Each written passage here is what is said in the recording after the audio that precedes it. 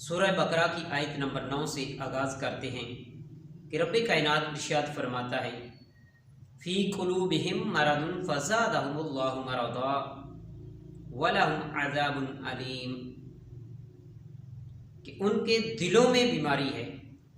کن کا ذکر ہو رہا ہے؟ منافقوں کا ذکر ہو رہا ہے کہ پیچھے ان کا ذکر تھا کہ وہ دھوکہ دینا چاہتے ہیں اللہ کو اور ایمان والوں کو، اور حقیقت میں وہ اپنی ہی جانوں کو دھوکہ دے رہے ہیں اور انہیں شعور نہیں ہے۔ تو رب تعالیٰ کیا فرماتا ہے؟ فی قلوبہم مرض، کہ ان کے دلوں میں بیماری ہے، ان کے دلوں میں بیماری ہے۔ فزادہم اللہ مرضا، تو اللہ نے ان کی بیماری کو اور زیادہ کر دیا، بڑھا دیا ہے، ان کی بیماری کو اور بڑھا دیا ہے۔ وَلَهُمْ عَذَابٌ عَلِيمٌ، اور ان کے لیے دردناک عذاب ہے۔ کیوں؟ بِمَا كَانُوا يَكْذِبُونَ، یہ بدلہ ہے ان کے جھوٹوں کا، جو وہ جھوٹ بولا کرتے تھے۔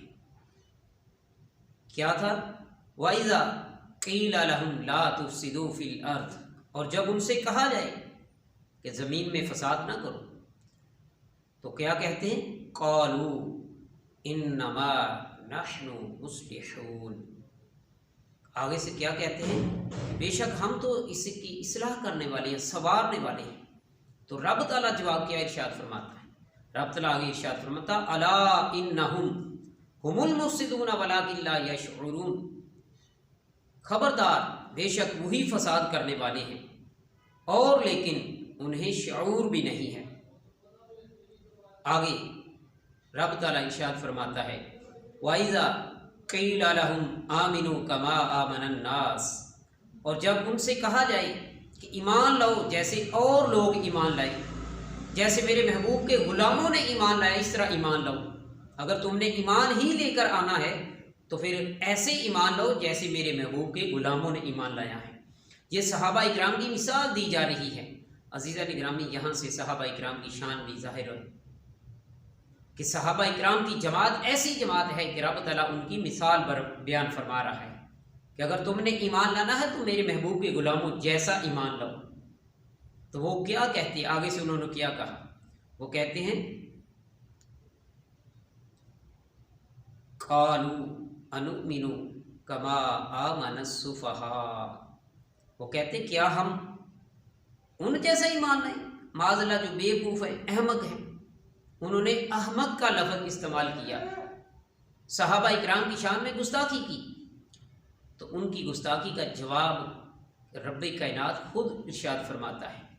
رب تعالیٰ نے آگے سے کیا فرمایا؟ الا، خبردار، انہم ہم السفہاء، فرمایا خبردار بے شک وہی لوگ احمق اور بے وقوف ہیں، احمق ہیں، بے وقوف ہیں، میرے محبوب کے غلاموں کی شان میں جو گستاخی کرتا ہے۔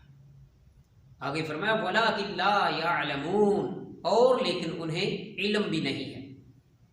عزیزان گرامی، ذرا دیکھیے تو صحیح، قرآن مجید فرقان حمید ہمیں کیا بتا رہا ہے کہ محبوب کریم علیہ السلام کے غلاموں کی شان بیان فرمائی جا رہی ہے۔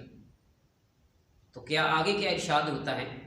وَإِذَا لَقُوا الَّذِينَ آمَنُوا قَالُوا آمَنَّا، اور جب وہ ایمان والوں سے ملتے ہیں تو کیا کہتے ہیں؟ قَالُوا آمَنَّا، ہم ایمان لائے، ہم ایمان والے ہیں۔ تو آگے ارشاد ہوتا ہے وَإِذَا خَلَوْا إِلَىٰ شَيَاطِينِهِمْ، اور جب وہ تنہائی میں، خلوت میں، علیحدگی میں اپنے شیطانوں کے پاس جاتے ہیں تو کیا کہتے ہیں؟ کہتے ہیں قَالُوا إِنَّا مَعَكُمْ، ہم تو تمہارے ساتھ ہیں، ہم تو تمہارے ساتھ ہیں۔ تو وہ آگے سے کہتے ہیں تم تو ان کے پاس گئے تھے، تم نے ایمان قبول کر لیا، کلمہ پڑھ لیا۔ تو وہ آگے سے کیا کہتے ہیں؟ کہتے ہیں نہیں، ہم نے کلمہ نہیں پڑھا، ہم تو ان کے ساتھ ویسے گئے تھے۔ ان کا ذکر کیسے ہوتا ہے؟ وہ آگے سے کیا کہتے ہیں کہ انما نحن مستہزئون، ہم تو ان لوگوں کے ساتھ ہنسی مذاق کر رہے تھے، ہم نے کلمہ نہیں پڑھا، ہم تو ان کے ساتھ ہنسی مذاق کر رہے تھے۔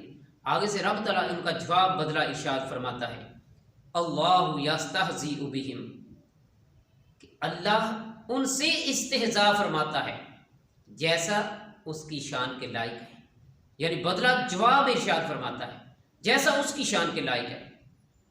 وَيَمُدُّهُمْ فِي طُغْيَانِهِمْ يَعْمَهُونَ،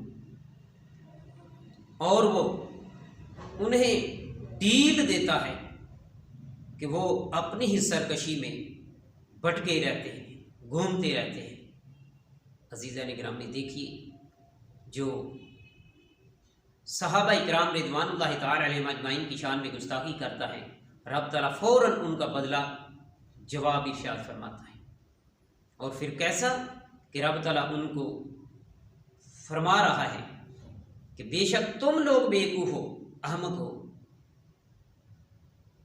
لیکن تمہیں شعور بھی نہیں ہے۔ عزیزان گرامی، گدارا نبی کریم علیہ السلام کی محبت میں آ جائیے اور صحابہ اکرام رضوان اللہ تعالی علیہم اجمعین سے محبت کیجئے، پیار کیجئے، اہل بیت اطہار سے محبت کیجئے، پیار کیجئے، بزرگان دین سے محبت کیجئے، پیار کیجئے۔